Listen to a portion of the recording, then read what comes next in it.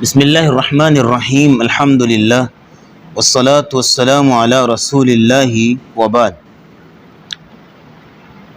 ربیع القرآن کورس کا آج ہمارا چوتھا سبق ہے، چوتھا درس ہے۔ آج کے سبق میں انشاءاللہ ہم سورۃ البقرہ کی آیت نمبر 3 سے آنورڈ چلیں گے۔ ہماری کوشش ہوگی کہ رکوع تک مکمل کریں آج، آیت نمبر 7 تک انشاءاللہ۔ اس میں بنیادی طور پر جو موضوع ہے وہ یہ ہے کہ قرآن مجید سے ہدایت کن لوگوں کو ملتی ہے، قرآن سے فائدہ کن کو ملتا ہے، قرآن کن لوگوں کی زندگیاں بدلتا ہے، قرآن کن لوگوں کی زندگی میں انقلاب پیدا کرتا ہے۔ اصل میں بات چل رہی تھی ذالک الکتاب لا ریب فیہ، یہ وہ کتاب ہے کہ جس میں کوئی شک نہیں ہے، ہر قسم کے شک و شبہ سے پاک ہے، علم حقیقی علم یقینی پر مبنی ہے، اس کی ہر بات اوتھینٹک ہے، اس کا ٹیکسٹ جو ہے وہ شروع سے لے کے آج تک وہی پیور متن ہے جو اللہ رب العزت نے بھیجا ہے، کسی قسم کی تبدیلی نہیں آ سکی۔ اور یہ بات برحق ہے کہ آپ کے دل میں کسی کتاب کی ویلیو اتنی ہوگی جتنی اس کتاب والے کی ویلیو ہوگی، اس رائٹر کی، اس مصنف کی، اس آتھر کی جو ویلیو آپ کے دل میں ہوگی وہی ویلیو اس کی کتاب کی ہوگی۔ اگر تو آپ اس رائٹر کو بڑا اچھا سمجھتے ہیں تو آپ اس کی ہر تحریر کو، اس کی ہر کتاب کو، اس کے ہر رسالے کو آپ جو ہے وہ دونوں ہاتھوں سے لیں گے۔ لیکن اگر اس رائٹر کو آپ کچھ نہیں سمجھتے، اس کی ویلیو نہیں ہے، تو اب ظاہر ہے کہ اس کی تحریر کی، اس کی کتاب کی ویلیو بھی نہیں ہوگی۔ تو اس کتاب کی ویلیو، اس کتاب کی حیثیت، اس کتاب کا مقام اور مرتبہ کتنا ہو سکتا ہے ہمارے دلوں میں کہ جب ہم اس ہستی کو جانتے ہیں، اس رب کو جانتے ہیں کہ جس نے یہ کتاب بھیجی ہے، تو اسی حساب سے پھر اس کتاب کی ویلیو ہوگی۔ تو لا ریب فیہ، اس میں کوئی شک نہیں ہے، ھدی للمتقین، یہ تقوی والوں کے لیے ہدایت ہے۔ لاسٹ ٹائم ہم نے تقوی پہ بات کی تھی۔ تقوی کسے کہتے ہیں کہ حفظ النفس عما یؤثم، ہر اس کام سے اپنے آپ کو بچانا کہ جس سے گناہ ہوتا ہے، یعنی ہر اس کام کرنے سے بچنا جس سے گناہ ہوتا ہے، اور ہر اس کام چھوڑنے سے بچنا جس سے گناہ ہوتا ہے۔ دیکھیں کچھ کام ایسے ہیں جن کو کرنے سے گناہ ہوتا ہے، اور کچھ کام ایسے ہیں جن کو چھوڑنے سے گناہ ہوتا ہے۔ تو دونوں چیزوں سے انسان اپنے آپ کو بچائے، اس چیز کا نام تقوی ہے۔ تو تقوی کی ڈیفرنٹ قسم کی ڈیفینیشن کی جاتی ہیں ڈیفرنٹ الفاظ کے ساتھ، لیکن میں سمجھتا ہوں روح المعانی ایک تفسیر ہے علامہ آلوسی کی، انہوں نے جو تقوی کی ڈیفینیشن کی ہے وہ سب سے زیادہ دل کو چھو لینے والی ہے۔ جو پہلے آپ کو تقوی کی ڈیفینیشن بتائی گئی وہ بھی بڑی اچھی ہیں اور فٹ بیٹھتی ہیں، لیکن جو ابھی بتانے لگا ہوں علامہ آلوسی نے جو روح المعانی میں جو ڈیفینیشن بیان کی ہے تقوی کی، وہ سب سے زیادہ دل کو چھو لینے والی۔ انہوں نے ڈیفینیشن بیان کی ہے، انہوں نے کہا کہ التقوی اللہ یراک اللہ حیث نہاک، تقوی یہ ہے کہ اللہ رب العزت تمہیں وہاں ہرگز نہ دیکھے جہاں سے اس نے منع کیا، اور وہاں ہرگز غیر حاضر نہ پائے تمہیں جہاں جانے کا اس نے حکم دیا۔ اس کو آپ دوسرے الفاظ میں سمجھ لیجئے تو یوں بنے گا کہ اللہ رب العزت تمہیں ہرگز وہ کام کرتا نہ دیکھے جس سے اس نے منع کیا، اور ہر اس کام سے دور ہوتے ہوئے تمہیں نہ دیکھے جس کا اس نے حکم دیا۔ یہ سب سے زیادہ دل کو چھو لینے والی ڈیفینیشن ہے تقوی کی۔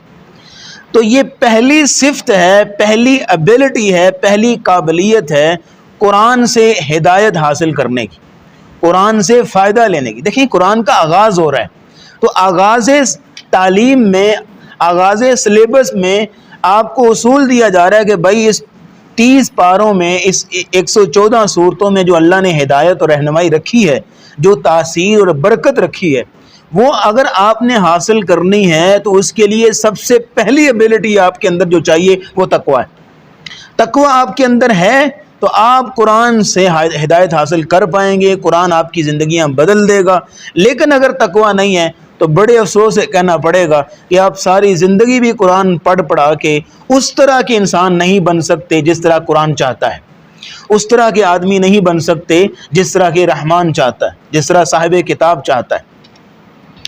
تو گویا کہ تقویٰ یہ پہلی صفت ہو گئی کہ جس سے آپ قرآن سے ہدایت حاصل کرنے میں کامیاب ہو سکتے ہیں. اگلی آیت بھی آ جائیے. تو اگلی 2 آیتوں میں مزید 5 خصوصیات کا تذکرہ ہے، مزید 5 ابیلٹیز اور ایٹریبیوٹس کا تذکرہ ہے کہ جو اگر آپ کے اندر ہوں تبھی آپ اس سلیبس میں، اس قرآن کی تعلیم میں کامیاب ہو سکتے ہیں. الذین یؤمنون بالغیب، پہلی یہ ہے کہ جو غیب پر ایمان لاتے ہیں. ویقیمون الصلاۃ، دوسری یہ ہے کہ جو نماز کو قائم کرتے ہیں. ومما رزقناہم ینفقون، تیسری یہ ہے کہ جو کچھ ہم نے ان کو دیا ہے اس رزق میں سے خرچ کرتے ہیں. چوتھی یہ ہے والذین یؤمنون بما انزل الیک وما انزل من قبلک، اے نبی جو آپ پر نازل ہوا اس پر ایمان لاتے ہیں اور جو آپ سے پہلے نازل ہوا اس پر ایمان لاتے ہیں. یہ ہو گئی چوتھی صفت. اور پانچویں یہ ہے وبالآخرۃ ہم یوقنون، اور جو آخرت پر یقین رکھتے ہیں. یہ ہو گئی 5 ایٹریبیوٹس. اگر پہلے والی تقویٰ والوں کو بھی شامل کی جائے تو کتنی ہو جاتی ہیں؟ 6 ایٹریبیوٹس ہیں. ان 6 ایٹریبیوٹس کو ذکر کرنے کے بعد اللہ رب العزت نے سائن کر دیے اس ڈگری پہ، اس سند پہ، اولئک علی ھدی من ربہم، یہ وہ لوگ ہیں جو ہدایت یافتہ. یعنی شروع میں جو کہا تھا ھدی للمتقین، ہدایت ان لوگوں کے لیے ہے کہ جن کے اندر یہ صفات ہیں. پھر اس کو قلم بند کر دیا، بریکٹ میں بند کر دیا، پھر ہدایت کا لفظ بول کے اولئک علی ھدی من ربہم، یہ وہ لوگ ہیں جو اپنے رب کی جانب سے ہدایت پر ہیں. تو بسم اللہ کرتے ہیں. الذین یؤمنون بالغیب ویقیمون الصلاة ومما رزقناہم ينفقون والذین یؤمنون بما انزل الیک وما انزل من قبلک وبالآخرة هم يوقنون أولئك على هدى من ربهم وأولئك هم المفلحون. الذین یؤمنون بالغیب، پہلے اس آیت کے تجویدی پہلو پہ غور کیجیے گا. کچھ رولز آپ کے سامنے رکھتے ہیں. الذین، زیادہ رولز میں ہم نہیں جائیں گے کیونکہ یہ ابھی انیشیل ٹائم چل رہا ہے ہمارا. صرف ان چیزوں کی نشاندہی کریں گے کہ جن چیزوں میں اکثر لوگ غلطی کر جاتے ہیں. جیسے کہ الذین کو بعض لوگ الذین پڑھتے ہیں، یعنی سختی اور سیٹی کے ساتھ، جو کہ غلط. اس کو نرمی سے اور بڑی پولائٹلی اور باریک آواز میں اور شائستگی سے پڑھنا ہے. الذین، جو الذین ہے وہ زا ہے، جو را کے بعد آتا ہے، را زا، اس کی اور صفت ہے، اس کی اور جو ہے وہ نکلنے کی جگہ ہے، اس کا اور مخرج ہے. یہاں جو بات ہو رہی ہے وہ زال کی ہو رہی ہے، جو دال کے بعد آتا ہے. الذین، زال کا طریقہ پڑھنے کا کیا ہے کہ آپ اپنی زبان کی ٹپ کو، زبان کی نوک کو، یہ جو فرنٹ ٹیتھ ہیں ان کے ایج کے ساتھ لگائیں، ان کے کنارے کے ساتھ لگائیں. الذین، اس طرح جو ہے وہ زال پرناؤنس ہوتی ہے. الذین یؤمنون، یؤمنون میں جو غلطی کی جاتی ہے وہ یہ ہے کہ آپ دیکھ رہے ہیں کہ واو کے اوپر حمزہ ہے اور حمزہ کے اوپر جزم ہے، گول دائرہ ہوگا یا دال شیپ کی علامت ہوگی. بعض قرآنوں میں گول دائرہ لکھا ہوتا ہے اور بعض میں دال شیپ ہوتی ہے. تو وہ ہوتی ہے جزم کی علامت، ساکن کی علامت. تو آپ نے اس کو ساکن کرنا ہے. لیکن حمزہ جب ساکن ہوتا ہے تو اس کو جھٹکا دے کے پڑھتے ہیں، یؤمنون، یؤمنون نہیں پڑھیں گے، کیا پڑھیں گے؟ یؤمنون، الذین یؤمنون بالغیب۔ یہاں پہ جو غلطی کی جاتی ہے بالغیب میں دو غلطیاں ہوتی ہیں، ایک تو غین کو باریک پڑھتے ہیں غلط پڑھنے والے، جبکہ غین حروف مستعلیہ میں سے ہے جو موٹے پڑھے جانے والے حروف، 7 حروف ہیں جو موٹے پڑھے جاتے ہیں، فی الحال آپ ان میں سے ایک غین کو ذہن میں رکھ لیں جو یہاں پہ ہے، غین موٹے پڑھے جانے والے حروف میں سے ہیں، تو کیسے پڑھیں گے؟ بالغیب، بالغیب نہیں، بالغیب، بالغیب۔ اور کسی بھی حرف کو موٹا پڑھنے کا طریقہ یہ ہوتا ہے کہ آپ اپنی زبان کی جڑ کو پیچھے سے اوپر کو اٹھائیں، اس سے حرف موٹا پڑھتے ہیں۔ اگر آپ کسی حرف کو موٹا پڑھنے کے لیے ہونٹوں کو گول کرنے کی مدد لے رہے ہیں تو یہ غلط طریقہ ہے، بالغیب، یہ غلط۔ ہونٹوں کو گول نہ ہونے دیں بلکہ اپنی زبان کو پیچھے سے اوپر کو اٹھائیں، بالغیب۔ دوسری جو غلطی ہوتی ہے بالغیب میں وہ یہ ہے کہ مجہول پڑھتے ہیں، بالغیب، بالغیب، اس طرح کر کے غلط پڑھتے ہیں، وہ مجہول پڑھتے ہیں، یہ غلط ہے، بالغیب، بالغیب۔ وَيُقِيمُونَ الصَّلَاةَ، واو کو پروناؤنس کرتے ہوئے اپنے ہونٹوں کو گول کیجیے گا، وا۔ اگر آپ واو کو پڑھتے ہوئے اوپر والے دانتوں کے کنارے کو نیچے والے ہونٹ کے ساتھ لگا رہے ہیں، وا وا وا، تو آپ انتہائی غلط پڑھ رہے ہیں، یہ فا کا مخرج، فا، وا کا نہیں، وا ہونٹوں کو گول کرنے سے پڑھ جاتی ہے، وا وا۔ والذین، وما، وَيُقِيمُونَ الصَّلَاةَ۔ اب یہاں غور کر لیجئے، 2 حرف آگے مزید جو موٹے پڑھ جانے والے، ایک قاف، یہ جو نقطے والا قاف ہوتا ہے یہ موٹا پڑھا جاتا ہے، اور جو دوسرا قاف کتاب والا ہے وہ باریک پڑھا جاتا ہے، یہ دونوں میں فرق کرنا ہے۔ تو حروف مستعلیہ میں سے ایک غین آپ کے سامنے آیا، دوسرا یہ قاف آ گیا، اور تیسرا صاد، الصلاۃ، صاد کو موٹا پڑھیں گے، باریک نہیں، الصلاۃ نہیں، الصلاۃ غلط ہوگا۔ وَيُقِيمُونَ الصَّلَاةَ، وَيُقِيمُونَ الصَّلَاةَ، وَمِمَّا، یاد رکھیے گا کہ میم کے اوپر جب بھی شد آ جائے اور نون کے اوپر جب بھی شد آ جائے، شد کسے کہتے ہیں؟ وہ ڈبلیو شیپ، جب شد آ جائے تو وہاں پہ غنہ کرتے ہیں، یعنی وہاں پہ سٹے کر کے اپنی آواز کو ناک سے باہر نکالتے ہیں، کیسے؟ وَمِمَّا، وَمِمَّا نہیں، وَمِمَّا پڑھ کے آگے چلیں گے تو غلط ہوگا، وَمِمَّا رَزَقْنَاهُمْ، رَزَقْنَاهُمْ۔ یہاں پہ 2 باتیں نوٹ کیجئے گا، ایک تو را پر جب زبر ہو تو را موٹی پڑی جاتی، را پر جب زبر ہو، رزقناہم نہیں پڑھیں گے، رزقناہم۔ اور دوسرا نوٹ کیجئے گا، قاف کو باؤنس کریں گے کیونکہ قاف کے اوپر آپ کو جزم نظر آ رہی ہے، ساکن نظر آ رہا ہے، قاف کو باؤنس کریں گے۔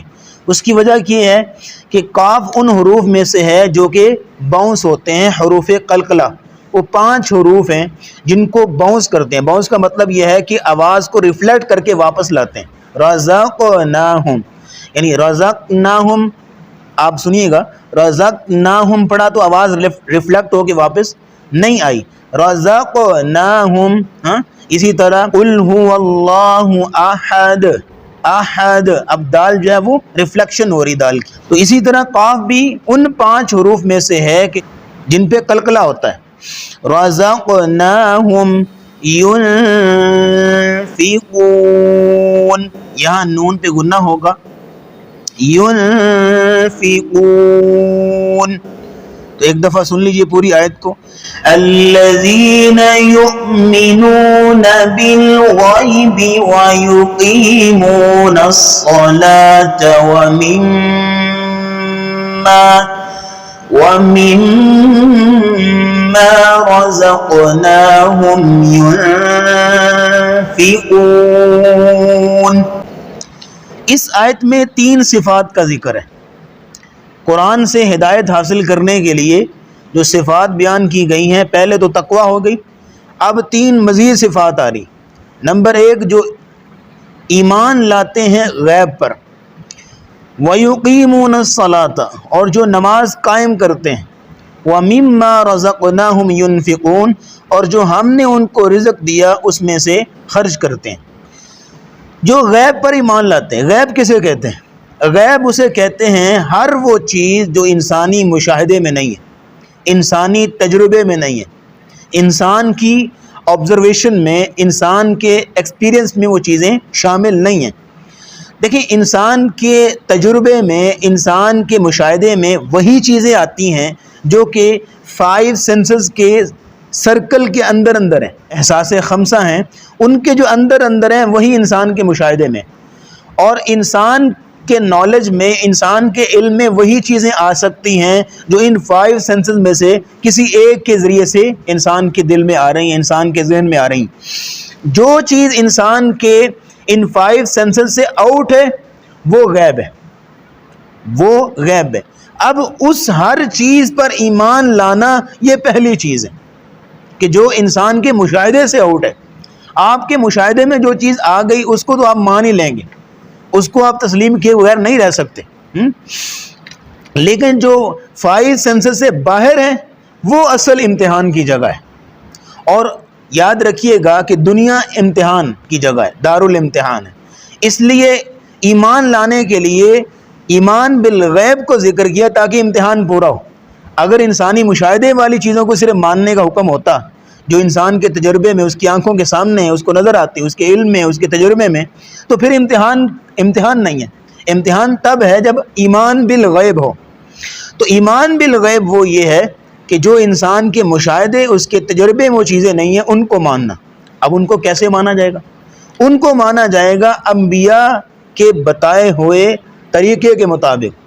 جن چیزوں کو انبیاء نے بتا دیا، جن کی خبر نبیوں نے دے دی، رسول اکرم صلی اللہ علیہ وسلم نے آگاہ کر دیا، ان چیزوں کو مانا جائے گا۔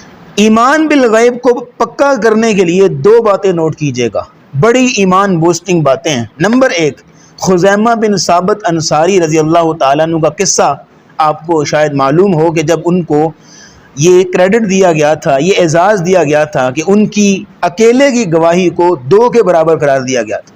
وہ واقعہ آپ کو معلوم ہوگا کہ رسول اکرم صلی اللہ علیہ وسلم نے ایک شخص سے ایک گھوڑا خریدا، تو آپ علیہ السلام نے کہا کہ میرے ساتھ چلو، میں گھر سے پیسے لے کے تمہیں دیتا ہوں اور پھر گھوڑا میرے قبضے میں دے دینا، میرے پیچھے پیچھے آ جاؤ۔ اب آپ علیہ السلام گھر میں داخل ہو گئے، کیونکہ جو ہے وہ پیمنٹ گھر میں پڑی ہوئی تھی، تو آپ گھر میں داخل ہو گئے، پیچھے سے وہ گھوڑا لے کے کھڑا تھا، کوئی اور بندہ آیا، اس نے کہا کس لیے کھڑے ہو؟ بیچنا ہے؟ جی بیچنا ہے۔ کتنے کا؟ اس نے قیمت بتائی، تو رسول اللہ صلی اللہ علیہ وسلم نے جتنی قیمت طے کی ہوئی تھی اتنی قیمت سے زیادہ وہ اس نے خرید لیا دوسرے نے۔ اب آپ علیہ السلام قیمت لے کے باہر نکلے تو آپ علیہ السلام نے کہا بھائی لاؤ گھوڑا، یہ پیمنٹ پکڑو اور گھوڑا میرے حوالے کرو۔ اس نے کہا کون سا گھوڑا؟ ابھی تیرے ساتھ ابھی تو ڈیلنگ ہوئی ہے، ابھی تو تیرے ساتھ سودا طے کی ہے۔ اس نے کہا وہ گواہ لے کے آئیں۔ اب وہاں پہ موجود تھا ہی نہیں، رسول اللہ تھے اور یہ وہ بندہ تھا، تیسرا کوئی تھا نہیں جو گواہی دے۔ تو خزیمہ بن ثابت انصاری جب ادھر سے آئے، صحابہ بھی اکٹھے ہو گئے جب یہ بات سن کے، تو خزیمہ بن ثابت انصاری رضی اللہ تعالیٰ عنہ نے کہا یا رسول اللہ، میں گواہی دیتا ہوں کہ آپ نے اتنی قیمت پر اس سے یہ گھوڑا خریدا تھا۔ نبی کریم صلی اللہ علیہ وسلم کہتے ہیں اس سے بعد میں بات کروں گا، پہلے تم یہ بتاؤ تم یہ گواہی کیسے دے رہے ہو، تم تو وہاں تھے ہی نہیں۔ تو آپ علیہ السلام کی اس بات پہ خزیمہ بن ثابت انصاری کہنے لگے یا رسول اللہ صلی اللہ علیہ وسلم، جبریل ہمارے پاس تو نہیں آتا، جبریل ہمارے پاس تو نہیں آتا۔ آپ نے اتنی بڑی بڑی باتیں بتائیں، اللہ ہے، فرشتے ہیں، جنت ہے، جہنم ہے، قیامت آئے گی، یہ ہوگا وہ ہوگا، ساری باتیں ہم نے مان لی، تو یہ گھوڑے کا سودا اور اس کی ڈیلنگ تو بڑی معمولی سی بات ہے۔ یہ ہے ایمان بالغیب کہ انہوں نے یہ تسلیم کر لیا تھا صحابہ نے کہ جو اس رسول کی زبانی نکلے گا وہ اس کو ہم مانیں گے، چاہے ہم نے دیکھا ہے نہیں دیکھا، چاہے ہم نے سنا ہے نہیں سنا، ہماری آبزرویشن میں ہے یا نہیں ہے، ہمارے مشاہدے میں ہے یا نہیں ہے، جو بات اس نبی نے، اس ہستی نے بتا دی، بس سمعنا وطاعنا ہم نے مان لیا۔ یہ ہوتا ہے ایمان بالغیب۔ ایک اور بات سنیے، کسی کہنے والے نے کہا رأیت الجنت والنار حقیقتاً، اس نے کہا میں نے جنت اور جہنم کو اپنی آنکھوں سے دیکھا، میں نے جنت اور جہنم کو اپنی آنکھوں سے دیکھا، حقیقت میں دیکھا۔ فقیل لہ کیف، پوچھا گیا بھئی کیسے، ہاؤ از پاسبل کہ تم نے جنت اور جہنم کو اپنی آنکھوں سے دیکھ لیا؟ تو اس نے کہا رأیتها بعینی رسول اللہ صلی اللہ علیہ وسلم، میں نے جنت اور جہنم کو رسول اللہ کی آنکھوں سے دیکھا۔ انہوں نے کہا کیسے؟ کہا وَرُؤْيَتِي لَهَا بِعَيْنَيْهِ أَوْسَقُ عِنْدِي مِنْ رُؤْيَتِي لَهَا بِعَيْنَيَّ۔ اس نے کہا میں اپنی آنکھوں سے کسی چیز کو دیکھوں، مجھے اس پر اتنا اعتبار نہیں ہے جتنا رسول اللہ صلی اللہ علیہ وسلم کے بتائے ہوئے پر اعتبار ہے۔ یعنی اپنی آنکھوں سے کسی چیز کو دیکھ لوں اس پر مجھے اتنا یقین اور اعتماد نہیں ہے جتنا اعتماد مجھے رسول اللہ صلی اللہ علیہ وسلم کی بات پر ہے۔ کیوں؟ وجہ کیا ہے؟ فَإِنَّ بَصَرِي قَدْ يُخْطِئُ بِخِلَافِ بَصَرِهِ صلی اللہ علیہ وسلم۔ اس نے کہا میری آنکھیں تو دھوکہ کھا سکتی ہیں، میں کسی غلط فہمی اور مس انڈرسٹینڈنگ کا شکار ہو سکتا ہوں، لیکن رسول اللہ صلی اللہ علیہ وسلم کبھی بھی جھوٹ نہیں بول سکتے۔ یہ ہے ایمان بالغیب۔ اب دو باتیں آپ کے سامنے یہ رکھ دیں تو یہ ایمان بوسٹنگ ہے۔ جس بندے نے ایمان بالغیب کو پکا کرنا ہو یہ باتیں کافی۔ تو ہم بتا رہے ہیں کہ ایمان بالغیب ان چیزوں کا نام ہے جو کہ انسان کے مشاہدے میں نہیں آتی، لیکن یہ ہے کہ اس ایمان بالغیب کے ارکان بھی ہیں۔ حدیث جبریل بڑی مشہور ہے کہ جبریل امین انسانی شکل میں رسول اللہ کے پاس آگے بیٹھے اور کچھ سوالات کیے، ان میں سے ایک یہ تھا اخبرنی عن الایمان، مجھے ایمان کے بارے میں بتائیے۔ تو آپ نے 6 چیزیں بتائیں، وہ 6 ارکان بتائے ایمان کے۔ الایمان ان تؤمن باللہ، اللہ پر ایمان لائے، وکتبہ اس کی کتابوں پر، وملائکتہ اس کے فرشتوں پر، ورسلہ اور اس کے رسولوں پر، وتؤمن بالقدر خیرہ وشرہ اور تو تقدیر پر ایمان لائے۔ اللہ پر ایمان، رسولوں پر ایمان، کتابوں پر ایمان، فرشتوں پر ایمان، تقدیر کے خیر شر پر ایمان، والیوم الآخر اور آخرت پر ایمان۔ یہ ایمان کے 6 ارکان ہیں۔ اب ان 6 چیزوں کو ماننا ایمان بالغیب کہلاتا ہے۔ اگلی بات نوٹ کیجئے گا کہ ایمان کی 3 شرطیں ہیں، 6 ارکان ہوں گے اور ایمان کی 3 شرطیں ہیں، اور 6 ارکان کو 3 شرطوں کے ساتھ ماننا ضروری ہے۔ نمبر 1 تصدیق بالقلب، دل سے تصدیق کرنا، دل سے تصدیق کرنا، اور دوسرے نمبر پہ اقرار باللسان، زبان سے اقرار کرنا، اور تیسرے نمبر پہ عمل بالارکان، عمل کر کے دکھانا۔ اگر ان 3 شرطوں میں سے کوئی ایک شرط بھی ٹوٹ گئی تو آپ کا ایمان کامل نہیں ہے۔ تینوں شرطوں کا ہونا لازمی ہے، لازم ملزوم ہے۔ مثال کے طور پہ ایک شخص ہے جو کہ دل سے تصدیق کرتا ہے، زبان سے اقرار بھی کرتا ہے لیکن عمل نہیں کرتا، وہ مومن نہیں ہے، وہ فاسق ہے، وہ ایمان کی کیٹیگری سے نکل گیا۔ ایک شخص جو کہ عمل بھی کرتا ہے، زبان سے اقرار بھی کرتا ہے لیکن دل سے تصدیق نہیں کرتا، وہ مومن نہیں ہے، وہ منافق ہے۔ جو شخص نہ دل سے تصدیق، نہ زبان سے اقرار، نہ عمل کر کے دکھا رہا ہے تو وہ بندہ کافر ہے۔ یعنی 3 شرطوں میں سے کوئی ایک شرط بھی ٹوٹ گئی تو وہ ایمان والوں کی لسٹ سے باہر نکل جائے۔ 3 شرطوں کا ہونا لازمی ہے۔ اور ایمان کسے کہتے ہیں؟ یقین کرنا، تسلیم کرنا، تصدیق کرنا، اطمینان ہو جانا کسی بات پہ، مطمئن ہو جانا، اعتماد ہونا کسی بات پہ۔ تو الذین یؤمنون بالغیب، جو لوگ ایمان لاتے ہیں غیب پر۔ اس ٹکڑے کی روح سے 3 باتیں بتانا مقصود ہیں۔ نمبر 1، آپ کو یہ بتانا مقصود ہے کہ اپنے قلب و اذہان کو چینلائز کرو رسول اللہ کے بتائے ہوئے اصولوں کے مطابق۔ انسان کے دل میں بڑی باتیں اٹھتی ہیں، انسان کے دماغ میں بھی بڑی باتیں اٹھتی ہیں۔ الذین یؤمنون بالغیب کے اندر آپ اگر آنا چاہتے ہیں تو آپ نے دل و دماغ میں اٹھنے والی ہر بات کو آپ نے چینلائز کرنا ہے، اس کو ڈائریکشن دینی ہے رسول اللہ صلی اللہ علیہ وسلم کے بتائے ہوئے اصولوں کے مطابق۔ جس چیز کو رسول اللہ نے بتا دیا آپ نے وہاں پہ اپنے مائنڈ کو سٹاپ کر لینا۔ جس چیز کو رسول اللہ صلی اللہ علیہ وسلم نے بتا دیا اپنے ذہنی تخیلات کو، اپنے دلی جو ہے وہ تصورات کو وہاں پہ سٹاپ کر لینا۔ یہاں پہ کوئی چونکے چنانچے نہیں ہے، یہاں پہ کوئی اگرچہ مگرچہ نہیں ہوگا۔ رسول اللہ نے بتا دیا تو بس بتا دیا۔ جیسے سیدنا صدیق اکبر رضی اللہ تعالیٰ عنہ کہ جب معراج سے رسول اللہ صلی اللہ علیہ وسلم واپس آئے تو آپ نے بتایا کہ میں نے ایک رات میں مکہ سے مسجد اقصیٰ تک جو ہے وہ مجھے سیر کرائی گئی ہے اور 7 آسمانوں کی مجھے سیر کرائی گئی ہے۔ تو ابو جہل ہے ابو بکر صدیق کے پاس اور آ کے کہتا ہے یہ بات تسلیم کرتے ہو کہ ایک شخص کہہ رہا ہے کہ میں ایک ہی رات میں مکہ سے مسجد اقصیٰ تک، بیت المقدس تک میں ہو کے واپس آ گیا ہوں، یہ بات مانتے ہو؟ نے کہا نہیں، یہ بات ماننے میں تو نہیں آتی۔ اور دوسرے نمبر پہ یہ بات مانتے ہو کہ ایک شخص جو ہے وہ راتوں رات آسمان پہ جائے اور ساتوں آسمانوں کی جنت جہنم دیکھ کے جو ہے وہ سیر کر کے جو ہے واپس آ جائے ایک ہی رات کے اندر، یہ تو مانتے ہو؟ کہا نہیں، یہ ہو ہی نہیں سکتا، بالکل نہیں مانتے ہم۔ انہوں نے کہا جانتے ہو کون کہہ رہا ہے؟ یہ کس کی باتیں میں نقل کر رہا ہوں؟ کہا کون کہہ رہے ہیں؟ کہا تمہارے دوست محمد صلی اللہ علیہ وسلم کہہ رہے ہیں۔ تو ابوبکر صدیق نے جب رسول اللہ کا نام سنا تو فوراً بولے، کہا اگر وہ کہہ رہے ہیں تو پھر ہو سکتا ہے، اگر وہ کہہ رہے ہیں تو پھر ہو سکتا ہے۔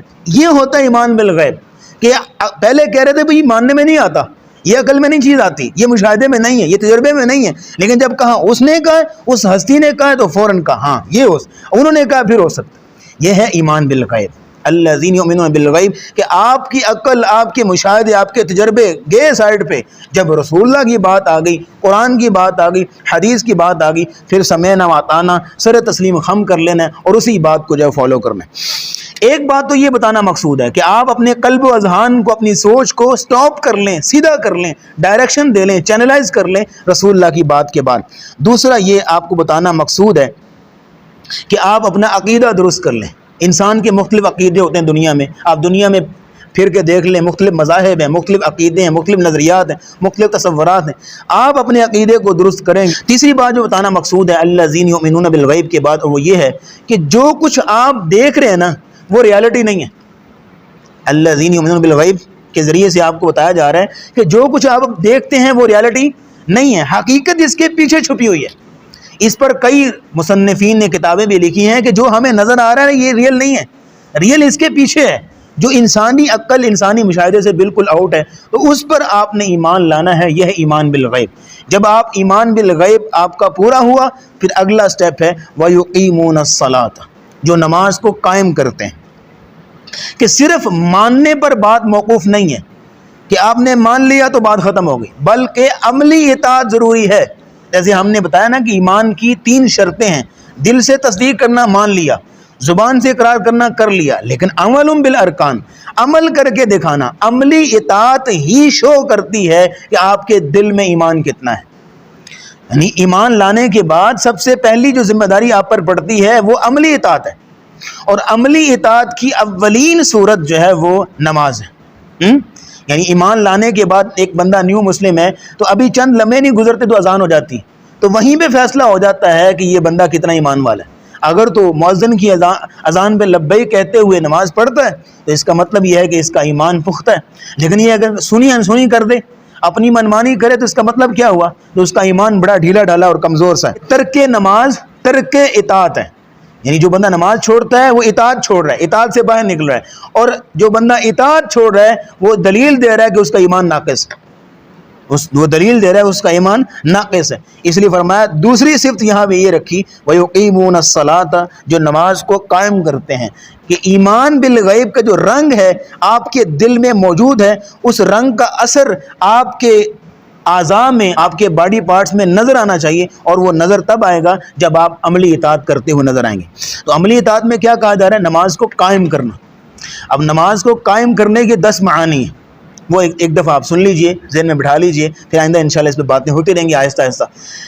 نماز کو قائم کرنے کا مطلب نمبر 1 کہ تمام شرائط، تمام آداب کا خیال رکھتے ہوئے نماز پڑھنا، جس میں وضو کا اہتمام بھی ہے، جس میں کپڑوں کا صاف ہونا، جس میں جو قبلہ رخ ہونا، جگہ کا پاک صاف ہونا، یعنی تمام شرائط اور تمام آداب کے ساتھ۔ اگر یہ مقدمات اور انیشیل چیزیں جو ہیں جیسے وضو کرنا، کپڑوں کا پاک صاف ہونا، اگر یہ چیزیں پوری نہیں ہیں تو آپ نماز کو قائم نہیں کر رہے، آپ کی نماز تو ٹوٹی پڑی ہے، آپ کی نماز تو بالکل ناقص اور انکمپلیٹ ہے، کیونکہ آپ نے جو شرائط چاہیے ہیں نماز کی قبولیت کے لیے وہ آپ کی پوری نہیں ہے۔ ایک تو یہ ہے کہ تمام آداب اور شرائط کے ساتھ نماز پڑھنا، دوسرا یہ ہے کہ اعتدال اور اطمینان کے ساتھ نماز پڑھنا، بالکل آپ کہہ لیں کہ ہمبل ہو کے، بالکل اطمینان کے ساتھ، تیزی کے ساتھ نہیں، بالکل پولائٹلی سے، نرمی سے، شائستگی سے نماز پڑھنا، یہ اعتدال کے ساتھ۔ آپ کو معلوم ہے وہ حدیث کہ ایک صحابی رسول صلی اللہ علیہ وسلم مسجد نبوی میں نماز پڑھ رہے ہیں، تو آپ علیہ السلام نے ان کو جب نماز پڑھتے ہوئے دیکھا،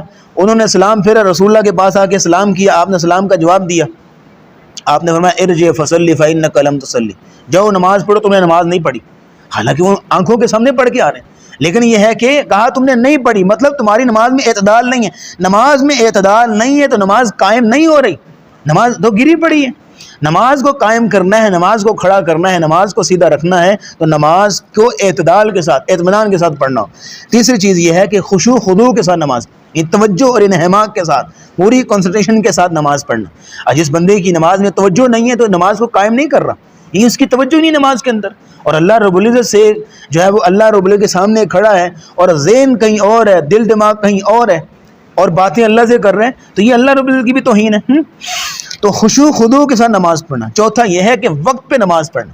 آپ جب نماز کو وقت پہ پڑھتے ہیں، ان الصلاۃ کانت علی المؤمنین کتابا موقوتا، نماز کو اس کے وقت پہ پڑھنا فرض کیا گیا ہے۔ آپ ابھی عشاء کی نماز کا ٹائم نہیں ہوا، یا ابھی 10 بجے ہیں اور آپ ظہر کی نماز پڑھ لیں تو آپ نماز کو قائم تو نہیں کر رہے نا۔ یا آپ کہہ لیں کہ عصر کی نماز جو ہے وہ آج کل ہماری 4 بجے ہو رہی ہے اور آپ کے 6 بج گئے ہیں، ابھی تک آپ نے عصر نہیں پڑھی، 6 بجے آپ اٹھیں اور نماز پڑھنے لگیں اور بلا کسی عذر کے آپ 6 بجے نماز پڑھنے عصر کی، تو آپ نماز کو قائم نہیں کر رہے، آپ نے نماز کی جو اصل وقت ہے اس کا خیال ہی نہیں رکھا۔ پانچویں چیز یہ ہوتی ہے کہ جماعت کے ساتھ نماز پڑھنا، یہ ہے اصل چیز۔ آپ جو ہے وہ آتے ہیں اکیلے نماز پڑھ کے چلے جاتے ہیں، گھر میں اکیلے نماز پڑھ رہے ہیں، نماز کو قائم نہیں کر رہے۔ نماز کو قائم کرنا یہ ہوتا ہے کہ ایک بستی میں، ایک علاقے میں لوگ اکٹھے ہوں اور ایک پورے نظم کی شکل میں، پورے ڈسپلن کی شکل میں، پوری ایک جماعت کی شکل میں نماز پڑھیں، یہ ہے قائم کرنا۔ ایک بندہ آ رہا ہے نماز پڑھ رہا ہے تو یہ نماز قائم نہیں ہو رہی۔ نماز کا مطلب یہ ہے کہ پورا معاشرہ قائم کیا جائے۔ چھٹی چیز یہ ہے کہ باقاعدہ نماز پڑھنا۔ اگر آپ ایک پڑھتے ہیں 4 چھوڑ دیتے ہیں، 4 پڑھتے ہیں 2 چھوڑ دیتے ہیں، 3 پڑھتے ہیں 2 چھوڑ دیتے ہیں، تو پھر نماز قائم نہیں کر رہے۔ باقاعدہ ریگولر نماز پڑھنا، ایک دن پڑھی 3 دن چھوڑ دی، 2 دن پڑھی 4 دن چھوڑ دی، یہ نماز قائم نہیں ہو رہی۔ نماز کو باقاعدہ پڑھنا، نماز کو قائم کرنا ہے۔ 7ویں چیز یہ ہے کہ دوسروں کو بھی حکم دینا۔ آپ اکیلے گھر میں اٹھتے ہیں اور نماز پڑھتے ہیں، باقی تمام گھر والے سو رہے ہیں، اپنے اپنے کاموں میں لگے ہیں، ٹی وی موبائل کے ساتھ لگے ہیں، لیکن یہ ہے کہ گھر میں کوئی اور نمازی نہیں ہے، آپ اٹھتے ہیں نماز پڑھتے ہیں، تو آپ نماز کو قائم نہیں کر رہے۔ ہاں پڑھ رہے ہیں، آپ اپنی نماز پڑھ رہے ہیں، لیکن قائم کرنے کے جو معنی ہے وہ آپ پورا نہیں کر رہے۔ کیا آپ اپنے ساتھ دوسروں کو نہیں لے کے آ رہے، دوسروں کو جو ہے وہ اپنے گھر والوں کو حکم نہیں دے رہے، سوسائٹی والوں کو، دیگر دائیں بائیں والوں، جہاں جن تک آپ کی رسائی ہے، جن تک آپ کی بات پہنچتی ہے، جن کو آپ کہہ سکتے ہیں، ان کو اگر آپ ساتھ نہیں ملا رہے تو آپ نماز قائم نہیں کریں۔ 8ویں چیز یہ ہے کہ سنت نبوی کے مطابق نماز پڑھیں۔ اگر آپ کی نماز کا طریقہ رسول اللہ کی سنت کے مطابق نہیں ہے، صلو کما رأیتمونی اصلی کے مطابق نہیں ہے، تو آپ نماز کو قائم نہیں کر رہے، آپ کی نماز سنت کے مطابق نہیں ہے، قابل قبول ہی نہیں ہے۔ اور 9ویں اور سیکنڈ لاسٹ چیز یہ ہے کہ صف بندی کا اہتمام۔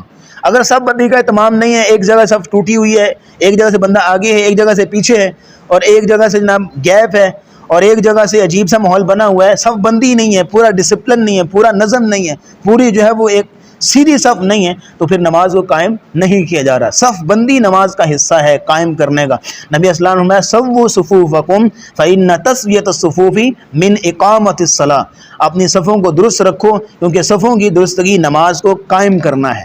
10ویں اور آخری چیز ہے کہ فرائض کے ساتھ ساتھ نوافل کا بھی اہتمام کرنا۔ اگر آپ صرف فرائض پڑھتے ہیں، 4 فرض پڑھے، 2 فرض پڑھے، 3 فرض پڑھے اور جا رہے ہیں، اور نوافل کا اہتمام نہیں ہے، تو آپ نماز پڑھ رہے ہیں، قائم نہیں کر رہے۔ نماز قائم تب ہوگی جب نوافل کا بھی اہتمام ہے، سنتوں کا بھی اہتمام ہے، جو اس سے متعلقہ سنتیں ہیں ہر نماز کی، آپ ان کا بھی اہتمام کرتے ہیں، ان میں بھی باقاعدگی رکھتے ہیں، تو پھر نماز قائم ہوگی۔ تو سر مبارک ہو آپ کو، اگر یہ 10 چیزیں آپ کے اندر ہیں تو پھر وَيُقِيمُونَ الصَّلَاةَ پورا ہو گیا۔ وَيُقِيمُونَ الصَّلَاةَ، جو لوگ نماز کو قائم کر دیں، یہ دوسری صفت ہے۔ اور تیسری صفت یہ ہے وَمِمَّا رَزَقْنَاهُمْ يُنْفِقُونَ، اور جو کچھ ہم نے ان کو رزق دیا ہے اس میں سے خرچ کرتے ہیں، یہ تیسری صفت ہے۔ وَمِمَّا رَزَقْنَاهُمْ، جو کچھ ہم نے ان کو رزق دیا ہے، یعنی اللہ کہہ رہے ہیں جو ہم نے دیا ہے اس میں سے خرچ کرتے، تمہارا نہیں ہے، اپنی ملکیت نہ سمجھو۔ انسان کے اندر بخل اور کنجوسی تب آتی ہے جب وہ کہتا ہے کہ میرا کمایا ہوا ہے، میری محنت، جب وہ یہ سمجھتا ہے پھر اس کے اندر کنجوسی آتی ہے، پھر بخل آتا ہے، پھر خرچ نہیں کرے گا، پھر کسی کو نہیں دے گا، پھر یہ ہے کہ اس کے اندر کنجوسی آئے گی۔ لیکن جب کہا وَمِمَّا رَزَقْنَاهُمْ، جو ہم نے دیا ہے تمہارا نہیں ہے، تو پھر یہ ہے کہ اللہ نے دیا ہوا ہے، میں اس کو دوں گا، اللہ مجھے اور دے دے، تو پھر یہ ہے کہ اس کے اندر یہ قابلیت پیدا ہوگی کہ وہ وَمِمَّا رَزَقْنَاهُمْ يُنْفِقُونَ پر عمل کرے گا۔ اور جو کچھ ہم نے اس کو رزق دیا ہے، رزق کسے کہتے ہیں؟ كُلُّ مَا يُنْتَفَعُ بِهِ، ہر وہ چیز جس سے نفع حاصل ہو، جس سے فائدہ ہو۔ تو رزق کا کانسیپٹ ہمارے دماغ میں بڑا محدود سا ہے، لمیٹڈ سا ہے۔ وہ ہم کیا سمجھتے ہیں رزق کیا ہے؟ مال کو، دولت کو رزق کہتے ہیں، جبکہ ہر وہ چیز جو نفع مند ہے وہ رزق ہے۔ اس میں انسان کا مال ہے، اولاد ہے، علم ہے، عقل ہے، ذہانت ہے، کسی کے پاس اسکل ہے، ہنر ہے، کوئی بھی چیز ہے کسی کے پاس جو اس کے لیے فائدہ مند ہے، وہ رزق ہے، اللہ نے اس کو دی ہے۔ اب اس چیز پر سانپ بن کے نہ بیٹھ جائے اور اس کو اپنی ملکیت نہ سمجھے، بلکہ دوسروں کی خدمت میں بھی لگائے۔ مثال کے طور پہ اگر کسی کو اللہ تعالیٰ نے اولاد دی ہے تو اب اولاد کو جو ہے وہ لوگوں کی خدمت میں استعمال کرے، اولاد کو اس قابل بنائے کہ رفع عامہ میں جو ہے وہ اولاد جو ہے وہ استعمال ہو۔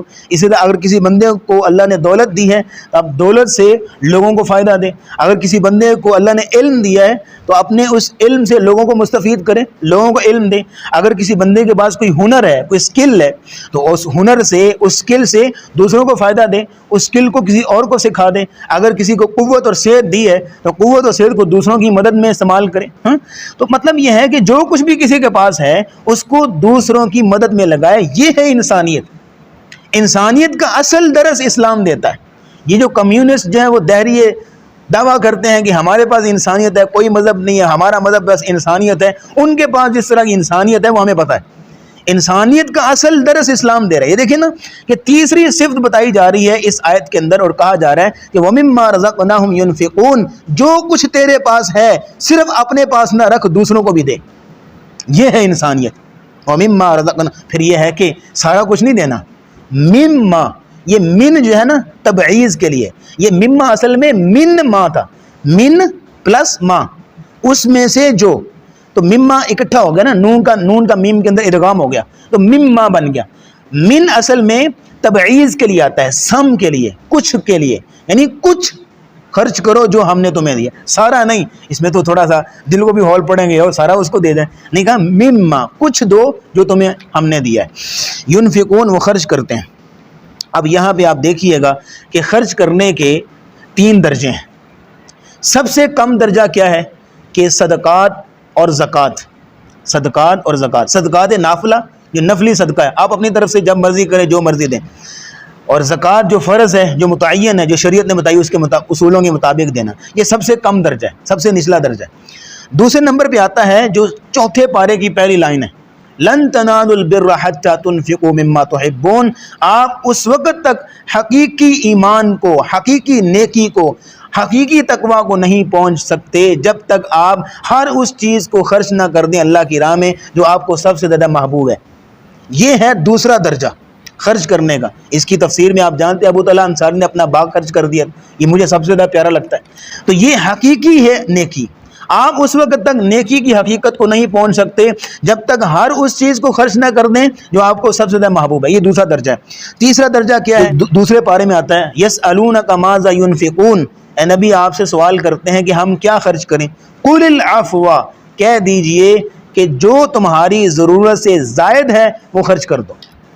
آپ کی ضرورت اتنی ہے، آپ سمجھتے ہیں کہ میری انکم اتنی ہے منتھلی، اتنی میری ضرورت ہے، باقی جتنا بچتا ہے وہ خرچ کرو۔ قل العفو، یہ سب سے اپر درجہ ہے، سب سے بلند درجہ ہے کہ آپ کے پاس جو زائد ہے، آپ کی ضرورت سے ابو ہے، آپ کسی کو دے دیں، کسی کی ضرورت پوری کر دیں۔ یہ 3 درجے ہیں اللہ کی راہ میں خرچ کرنے کے۔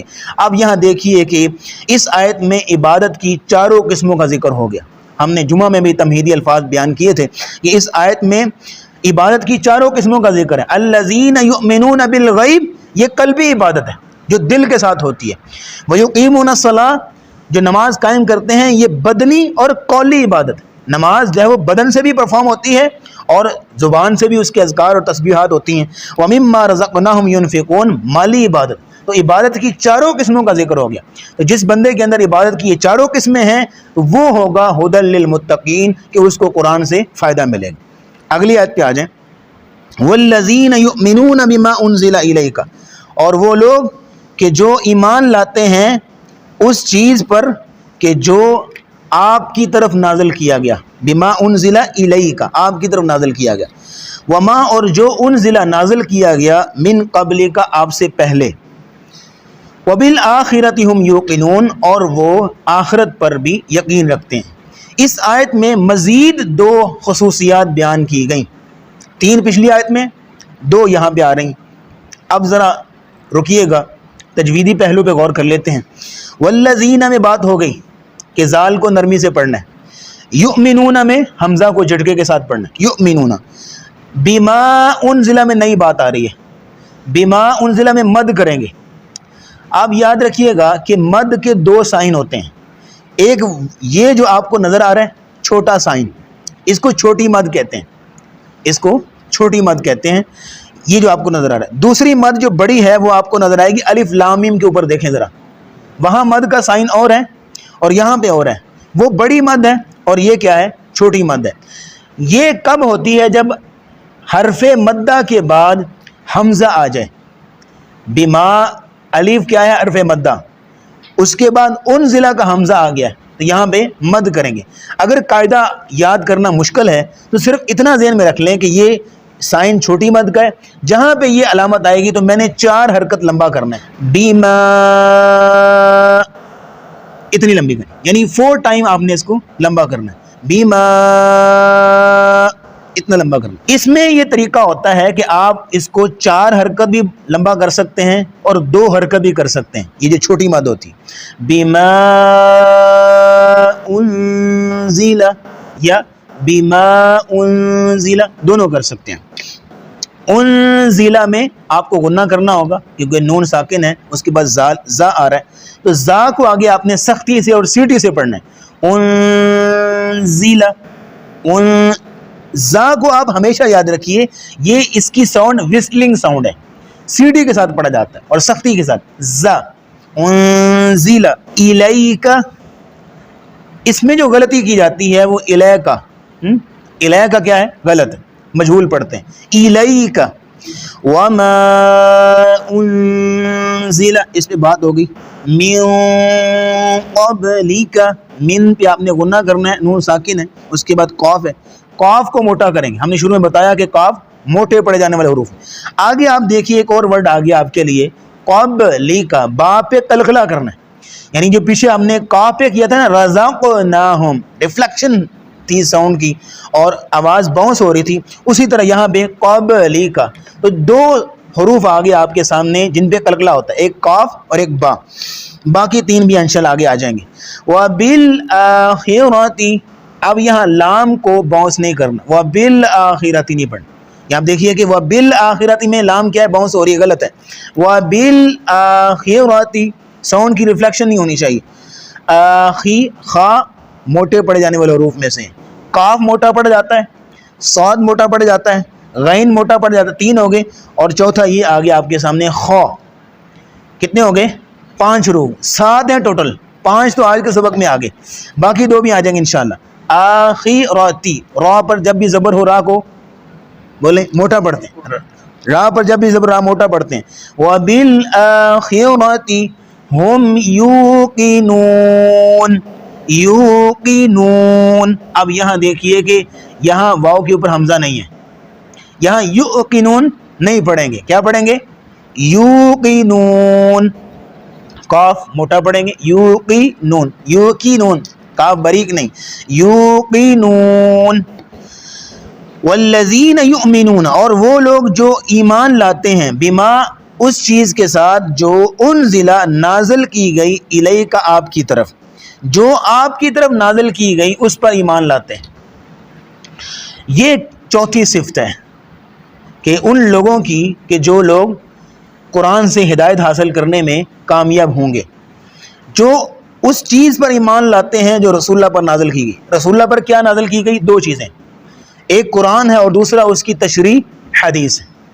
جو شخص قرآن کو تو مانتا ہے، حدیث کو نہیں مانتا، وہ بما انزل الیک میں نہیں آتا، کیونکہ قرآن کی ایکسپلینیشن، قرآن کی وضاحت، قرآن کی تشریح وہ حدیث ہے۔ آپ جب تک حدیث کو نہیں لیں گے آپ تب تک قرآن کو نہیں سمجھ سکتے۔ یوں سمجھیے کہ حدیث از دا ڈکشنری آف قرآن، حدیث کیا ہے؟ قرآن کی ڈکشنری ہے، لغت ہے، انٹرپریٹیشن ہے، وضاحت ہے، ایکسپلینیشن ہے۔ اس پہ ہمارا ایک کورس چل رہا ہے شرح 40 نووی کے نام سے، ایک حدیث کا کورس ہم کرا رہے ہیں، اس کا پہلا درس سننے والا ہے اس ٹاپک کے اوپر کہ حدیث کی اہمیت کیا ہے، فضیلت کیا ہے، حجیت کیا ہے، حدیث کیوں ضروری ہے۔ اس میں ہم نے تقریباً 8 سے 10 نکات بیان کیے ہیں کہ اس وجہ سے حدیث ضروری ہے۔ اس میں ایک نقطہ یہ ہے کہ حدیث قرآن کی ڈکشنری ہے، قرآن کی وضاحت ہے۔ پھر ہم نے اگزامپل دی تھی کہ آپ ان آیات کو، باقی آیتوں کا تکا مار لیں گے، لیکن ان آیات کو بغیر حدیث کی کوٹیشن کے آپ سمجھ نہیں سکتے، آپ ترجمہ ہی نہیں کر سکتے۔ اور پھر یہ ہے کہ آپ، قرآن نے تو کہہ دیا وَيُقِيمُونَ الصَّلَاةَ، جو نماز قائم کرتے ہیں، لیکن نماز ہے کیا، پڑھنی کیسے ہے، کب پڑھنی ہے، تعداد کتنی ہے، رکعات کی تعداد کتنی ہے، آداب کیا ہیں، شرائط کیا ہیں، جب تک آپ حدیث نہیں لیں گے تب تک آپ وَيُقِيمُونَ الصَّلَاةَ پورے نہیں کر سکتے۔ تو بِمَا أُنزِلَ إِلَيْكَ میں ایمان لانا ہے کس پر؟ جو نازل کیا گیا رسول اللہ پر، جو قرآن ہے اور جو حدیث ہے۔ وَمَا أُنزِلَ اور جو نازل کیا گیا مِن قَبْلِكَ آپ سے پہلے، آپ سے پہلے جو نازل کیا گیا اس پر بھی ایمان لاتے ہیں۔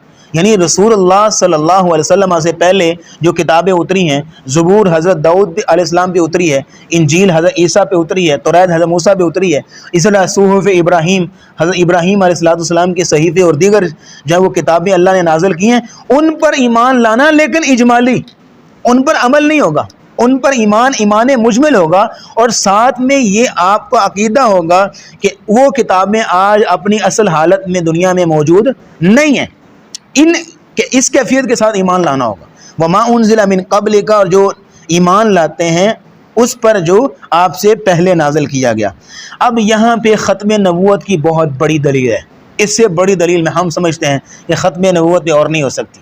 یہاں اللہ کیا کہہ رہے ہیں کہ جو لوگ ایمان لاتے ہیں اس پر جو آپ پر نازل کیا گیا اور آپ سے پہلے نازل کیا گیا، آپ کے بعد نازل کیا گیا ہے جی کوئی نہ، تو ختم نبوت کی دلیل ہوئی کہ نہ، کہ اگر آپ علیہ الصلوۃ والسلام کے بعد کوئی نبی آنا ہوتا، کوئی کتاب اترنی ہوتی، تو یہاں ضرور مینشن ہوتا کہ وما ينزل من بعدک، جو آپ کے بعد نازل کیا جائے گا اس پر ایمان لاتے ہیں۔ ایسا نہیں ہے، جو ختم نبوت کی سب سے بڑی دلیل ہے۔ تو یہ 4 صفات ہوگی۔ 5ویں صفت نوٹ کیجئے گا، وَبِالْآخِرَةِ اور آخرت پر، ہم وہ یوقنون یقین رکھتے ہیں، آخرت پر ان کا یقین ہے۔ آخرت جو ہے نا اگلی زندگی کو کہتے ہیں، جو دنیا کے مقابلے میں، دنیا کو الاولیٰ کہتے ہیں، الاول کہتے ہیں، یعنی پہلی زندگی، اور آخرت کیا ہوگی؟ سیکنڈ زندگی، دوسری زندگی۔ تو وَبِالْآخِرَةِ آخرت پر ہم وہ یوقنون یقین رکھتے ہیں۔ اب آپ نوٹ کیجئے گا کہ عقیدہ آخرت جو ہے یہ انتہائی امپورٹنٹ ہے۔ آخرت کا لفظ جو ہے انتہائی جامع اصطلاح ہے، انتہائی جامع ٹرمنالوجی ہے۔ اس کے اندر تقریباً 5 چیزیں ہیں۔ اگر آپ کے مائنڈ میں 5 عقیدے ہیں، اگر آپ 5 عقیدے مانتے ہیں تو آپ کا ایمان بالآخرت 50% پورا ہو جاتا ہے۔ اگر 5 چیزیں آپ کے ذہن میں ہیں، آپ مانتے ہیں ان چیزوں کو، تو آپ کا ایمان بالآخرت کتنا پورا ہوا؟ 50%۔ وہ 5 چیزیں پہلے سن لیجئے، کون کون سی؟ نمبر 1، آپ یہ عقیدہ رکھیں کہ انسان دنیا میں غیر ذمہ دار نہیں ہے بلکہ اللہ کے آگے جواب دہ ہے۔ انسان دنیا میں غیر ذمہ دار نہیں ہے، شتر بے مہار نہیں ہے کہ دنیا میں جو چاہے کرتا پھرے، جس پہ چاہے ظلم کرے، جس کے چاہے محبت کرے، جس کے چاہے دشمنی رکھے، جس کو چاہے مارے، جس کے ساتھ چاہے پیار کرے، ہاں دنیا میں جو ہے وہ شتر بے مہار ہے۔ ایسا نہیں ہے، انسان اپنے رب کے آگے ایک ایک حرکت کا، ایک ایک جو ہے وہ اپنے عمل کا جواب دہ ہے۔ ایک چیز تو یہ ہوگی۔ دوسری چیز یہ ہے کہ آپ یہ عقیدہ رکھیں کہ دنیا کا یہ نظام ابدی نہیں ہے، ہمیشہ نہیں ہے، یہ فانی ہے۔ ایک دن آئے گا کہ کل من علیہا فان کی تلوار چلے گی اور everything will be destroy, ہر چیز جو ہے وہ ختم ہو جائے گی۔ 2 باتیں ہو گئی۔ تیسری بات یہ ہے کہ آپ یہ عقیدہ رکھیں کہ اس جہان کے بعد ایک دوسرا جہان ہوگا کہ جہاں پہ تمام انسان اول تا آخر جمع کیے جائیں گے، اور وہاں پہ ہر مظلوم کو اس کا انصاف ملے گا اور ہر ظالم کو اس کی سزا ملے گی۔ یہ 3 باتیں ہوں گی۔ چوتھی بات یہ ہے کہ آپ یہ عقیدہ رکھیں کہ جو شخص دنیا میں اللہ کے بتائے ہوئے اصولوں پہ چلے گا قیامت کو وہ کامیاب ہوگا، اور جو اللہ کے بتائے ہوئے اصولوں کی نافرمانی کرے گا وہ ناکام ہوگا۔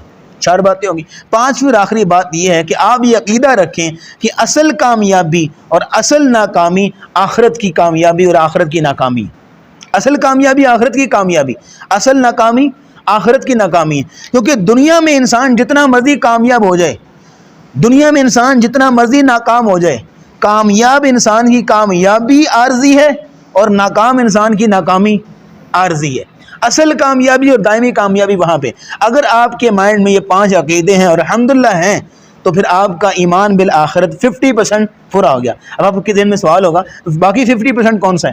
باقی 50% یہ ہے کہ اس آخرت کا خوف آپ کے جسمانی اعضاء میں نظر آنا چاہیے، آپ اس کے مطابق عمل کریں۔ جیسے آج فجر کے درس میں بات ہوئی نا کہ آخرت کا خوف ایسی چیز ہے، ایمان بالآخرہ ایک ایسی بنیادی چیز ہے جو انسان کے ایمان کو، اس کے دل کو، اس کی نیت کو سٹیبل رکھتی ہے اور اس کو صراط مستقیم پہ قائم دائم رکھتی ہے۔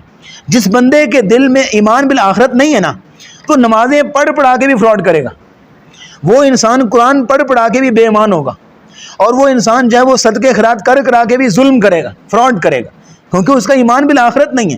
ایمان بالآخرت جو ہے وہ انتہائی ضروری ہے، اس لیے حالانکہ ایمان بالغیب کے اندر جو 6 ارکان بتائے اس میں ایمان بالآخرت تھا، لیکن اس کو الگ ذکر کیا اس کی اہمیت کے پیش نظر کہ یہ جب ہوگا تبھی آپ الذین یؤمنون بالغیب بھی کر پائیں گے، ویقیمون الصلاۃ بھی کر پائیں گے، ومما رزقناہم ینفقون بھی کر پائیں گے، اور والذین یؤمنون بما انزل الیک بھی آپ کر پائیں گے جب ایمان بالآخرہ ہوگا۔ تو گویا کہ ایمان بالآخرہ پچھلی تمام صفات کی بنیاد ہے، اس لیے اس کو جو ہے وہ الگ سے ذکر کیا۔ لیکن یہاں غور کیجئے گا کہ پہلے بار بار بات ہو رہی ہے یؤمنون بالغیب، پہلے بار بار بات ہو رہی ہے یؤمنون، ایمان کی بات ہو رہی ہے، جب آخرت کی بات آئی تو کیا کہا؟ یوقنون، یقین کا لفظ بولا۔ دیکھیں ایمان اور یقین میں فرق کیا ہے؟ ایمان تو یہ ہے کہ آپ کو کسی نے بتایا کہ سر یہ بات ہو رہی ہے، آپ نے مان لیا، یہ ایمان ہے۔ یقین یہ ہے کہ آپ خود اس کو مشاہدے کر کے، آپ خود اس کو تجربہ کر کے دیکھتے ہیں، اس کے لیے یقین بولا جاتا ہے کہ جس میں کسی قسم کا ڈاؤٹ نہیں ہوتا، جس میں کسی قسم کا شک نہیں ہوتا۔ مثال کے طور پہ آپ کو کہتا ہے کہ سر استری گرم ہوتی ہے، ہاتھ نہ لگائیے گا، آپ نے مان لیا، یہ کیا ہے؟ ایمان۔ یہ کیا ہے؟ ایمان۔ لیکن کسی دن آپ کا ہاتھ لگ گیا استری کو، تو وہ ہاتھ جل گیا، تو پھر کیا ہو جائے گا؟ بولیں، یقین ہو جائے گا۔ پھر تو آپ ٹھنڈی استری کو ہاتھ نہیں لگائیں گے، پھر تو ٹھنڈی استری کو ہاتھ نہیں لگائیں گے کہ کہیں یہ گرم نہ ہو، پہلے اس کو چیک کریں گے بڑی احتیاط کے ساتھ، کیونکہ یقین ہو گیا نا، آپ کے مشاہدے میں آ گیا۔ مثال کے طور پہ آپ کو کسی نے کہا کہ سر وہاں پہ آگ لگی ہوئی ہے، آپ نے مان لیا ایک بندہ سچا ہے، ہاں بندہ سچا جھوٹ نہیں بولتا، آپ نے مان لیا ٹھیک ہے جی یہ ہے ایمان۔ لیکن اگر آپ نے وہاں جا کے دیکھ لیا تو پھر یقین ہو گیا۔ خدا نہ خواستہ وہاں پہ آپ ہاتھ لگ گیا، آپ کو وہ جل گیا، وہ کپڑے جل گئے، تو پھر تو حق الیقین ہو جائے گا، بالکل یقین۔ تو آخرت کے ساتھ یقین کا لفظ اس لیے بولا کہ آخرت پر ایمان نہیں کہ مان لیا بس، نہیں، اپنے عمل سے یوں ثابت کرو کہ ہمیں یقین ہے جیسے آنکھوں سے دیکھا ہوا ہے۔ اس لیے کہا وَبِالْآخِرَةِ هُمْ يُوقِنُونَ، اور جو لوگ آخرت پر یقین رکھتے ہیں۔ اب یہ جو آیت ہے، آیت نمبر 4، اس کی 2 تفسیریں ہیں۔ ایک تفسیر تو آپ نے سن لی کہ یہ مزید 2 صفات کو بیان کر رہی ہے جو ھدی للمتقین سے شروع ہو رہی ہیں۔ ھدی للمتقین، المتقین پہلی صفت، یؤمنون بالغیب دوسری صفت، وَيُقِیمُونَ الصَّلَاةَ تیسری، وَمِمَّا رَزَقْنَاهُمْ يُنْفِقُونَ چوتھی، وَالَّذِينَ يُؤْمِنُونَ بِمَا أُنزِلَ إِلَيْكَ وَمَا أُنزِلَ مِن قَبْلِكَ پانچویں، وَبِالْآخِرَةِ هُمْ يُوقِنُونَ چھٹی صفت۔ یہ 6 صفات جن لوگوں کے اندر ہیں وہ ہیں اولئک علی ھدی من ربہم۔ یہ تو ہو گئی ایک تفسیر۔ دوسری تفسیر بالکل اختصار کے ساتھ سنیے گا، اور وہ یہ ہے الذین یؤمنون بالغیب ویقیمون الصلاۃ ومما رزقناہم ینفقون۔ آیت نمبر 3 میں صفات بیان ہو رہی ہیں ان لوگوں کی جو کہ نسلاً مسلمان ہیں، جو پیدائشی مسلمان ہیں۔ اور دوسری جو آیت ہے آیت نمبر 4، اس میں والذین یؤمنون بما انزل الیک وما انزل من قبلک، وہ ہیں جو فریش مسلمان ہیں اور ایکس نان مسلم ہیں۔ بات سمجھ آئی؟ والذین یؤمنون بما انزل الیک، وہ ایسے ہیں کہ جو اس پر بھی ایمان لے آئے جو آپ پر نازل ہوئی، لیکن جب پہلے کرسچن تھے یا یہودی تھے، اور وما انزل من قبلک اس پر بھی ایمان لاتے تھے جو آپ پہ پہلے نازل ہوا تھا، ان کے بارے میں رسول اکرم صلی اللہ علیہ وسلم نے فرمایا اس بندے کے لیے 2 اجر ہیں کہ جو پہلے یہودی تھا، عیسائی تھا، تو اس شریعت کو مانتا تھا، اس شریعت کو فالو کرتا تھا، لیکن جب میری بات سنی، میری حدیث سنی، میرے بارے میں اس نے سنا، پھر وہ مجھ پر ایمان لے آیا، تو 2 شریعتوں میں اس نے عمل کیا، اس لیے اس کو ڈبل اجر ملتا ہے۔ پھر فرمایا وَبِالْآخِرَةِ هُمْ يُوقِنُونَ، اور یہی وہ لوگ ہیں جن کا آخرت پہ یقین ہے۔ یہ 6 صفات ذکر کرنے کے بعد، یا دوسری تفسیر کے مطابق 3 نسلی مسلمانوں کی اور 2 ایکس نان مسلم کی صفات بیان کرنے کے بعد اللہ کہہ رہے ہیں اولئک علی ھدی من ربہم، یہ وہ لوگ ہیں جو اپنے رب کی جانب سے ہدایت پر ہیں، واولئک، اور یہی وہ لوگ ہیں ہم المفلحون، جو کامیاب ہیں۔ اب یہاں پہ اس کی تجویدی پہلو کو دیکھیے گا. اولئک یہ مد متصل بولتے ہیں تجوید کی زبان میں. یہاں بھی 4 حرکت مد ہوگی, یہاں آپ کو بڑی مد نظر آ رہی. اولئک بڑی مد 4 حرکت مد کریں گے. اعلی عین کو اس کے مخرج سے ادا کریں, حلق سے, حمزہ نہ پڑھیں. اعلیٰ پڑھیں گے تو حمزہ ہوگا. آپ سورۃ ملک آپ کو یاد ہوگی, اس کے دوسرے رکوع میں جہاں سٹارٹ ہوتا ہے الا یعلم من خلق آتا ہے نا, الا, وہ حمزہ زبر آ لام زبر لا ہے. اگر آپ نے یہاں پہ الا پڑھا تو وہ والا الا ہو جائے گا, تو معنی انتہائی غلط ہوگا. تو آپ نے کیا پڑھنا ہے, اعلی عین کو اچھے طریقے سے نکال. عین سے یاد آیا, ایک چھوٹا سا لطیفہ آپ کو سنائی دیتے ہیں. ایک شخص گیا حکیم صاحب کے پاس اور جا کے کہتا ہے کہ معجون ہے, ہماری زبان میں سمپل کیا کہتے ہیں, مجون دے دے جی. وہ کہتا ہے معجون ہے, کیونکہ عین ہے نا. اس نے کہا قاری صاحب مجون تو ہے لیکن جو آپ مانگ رہے ہیں وہ نہیں ہے. تو مطلب یہ ہے کہ آپ جب قرآن پڑھ رہے ہوں تو اس کا ایک ایک مخرج آپ نکالیں. تو قاری جو ہے ان کی پریکٹس ہو چکی ہوتی ہے, وہ ایک ایک حرف کو اس کے مخرج سے نکالتے ہیں, تو وہ عام زبان میں بھی اسی طرح پروناؤنس کرتے ہیں. تو اعلیٰ کو عین کو اس کے مخرج سے, ہدم میم کے اوپر شاد آ گئی ہے تو میم پہ کیا کریں گے, غنہ کریں گے, اس پہ سٹے کر کے آواز کو آپ جو ہے وہ ناک سے نکالیں گے. ہدم من ربہم, یہ من کے بعد جو آپ کو نون نظر آ رہا ہے یہ بالکل سائلنٹ ہے, پروننسیشن میں بالکل ہے ہی نہیں. ہاں, کیونکہ جب آپ نوٹ کر لیجئے کہ نون ساکن کے بعد جب را آ جائے, نون ساکن کے بعد را اینڈ لام, یہ 2 حرف جب آ جائیں تو اس وقت نون ساکن بالکل ختم ہو جاتا ہے, سائلنٹ ہو جاتا ہے. جیسے آتا ہے نا من لدن کا, اصل میں من لدن کا ہے, وہاں پہ نون ساکن کے بعد لام آ گیا, نون ختم. یہاں دیکھیں کہ را آ گیا نون ساکن کے بعد تو نون ختم. من ربہم, تو را پر زبر ہو تو را کیا ہوتی ہے, موٹی ہوتی ہے. یہ تو 3 بار آ گیا من ربہم. انشاءاللہ جب ہم ایک پوری سورت بقرہ کر لیں گے تو آپ کو 70% تجوید کے رول زبانی یاد ہو جائیں گے انشاءاللہ. ہدم من ربہم, با کو سختی کے ساتھ پڑھیں گے یہاں پہ, کیونکہ با کے اوپر شد ہے, اور جس حرف کے اوپر شد ہو ڈبلیو شیپ, وہ حرف سختی سے پڑھا جاتا ہے. وَأُولَئِكَ اسی طرح 4 حرکت. ہم المفلحون, ہا کو اس کے مخرج سے, یہ ہا جس سے جو ہے وہ حلوہ لکھا جاتا ہے, ہا, یہ اس کو اس کے مخرج سے باریک پڑھیں گے. ہا ایک ہوتا ہے ہا جو 2 آنکھوں والا ہوتا ہے یا گول ہوتا ہے, اس کو جو ہے وہ سینے سے ادا کرتے ہیں, ہا ہا, اس کو موٹا پڑھتے ہیں. اس کی ایک مثال سنیے. سورۃ الفاتحہ کا آغاز ہوتا ہے الحمد, اگر آپ نے الحمد, وہاں پہ ہا حلوے والا, یہ والا ہا جو یہاں مفلحون میں, اگر آپ نے الحمد پڑھا تو کیا معنی ہوگا, تمام تعریف اللہ کے لیے. اور اگر آپ نے وہاں پہ عام سٹائل میں الحمد پڑھا, جیسے اکثر لوگ جو ہے وہ بے احتیاطی میں پڑھ دیتے ہیں, بے احتیاطی میں پڑھ دیتے ہیں, الحمد پڑھا تو الحمد کا معنی ہوتا ہے دھواں. تو آپ کیا بتانا چاہ رہے ہیں کہ تمام کا تمام دھواں اللہ کے لیے, نعوذ باللہ. اس لیے ہا اور ہا, ان دونوں میں فرق, ہا ہا ہا ہا, یہاں پہ کیا ہا, المفلحون. اولئک یہی وہ لوگ ہیں, علی ہدی من ربہم, جو ہدایت پر ہیں اپنے رب کی جانب سے. یعنی یہ وہ لوگ ہیں جنہوں نے ہدایت حاصل کر لی, جن کے اندر یہ 6 خصوصیات ہیں. تعویل خاص کے اعتبار سے تو یہ صحابہ کرام ہیں جو رسول اللہ کی 13 سال کی محنت ہے.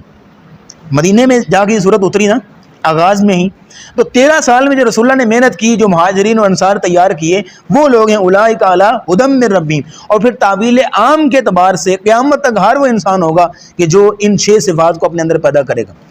وَأُولَئِكَ, اور یہی وہ لوگ ہیں, ہم المفلحون, جو فلاح پانے والے ہیں.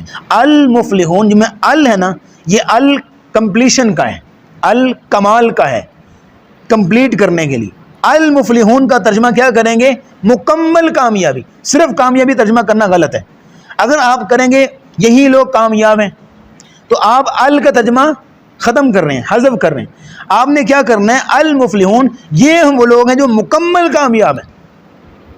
آپ یہ ترجمہ کریں گے تو پھر ال کا ترجمہ بھی ساتھ ہوگا, اور یہی ترجمہ اصل ہے. دوسرا یہ ہے, مفلحون فلاح ایسی کامیابی کو کہتے ہیں کہ جس کے اندر 2 خوبیاں ہوں.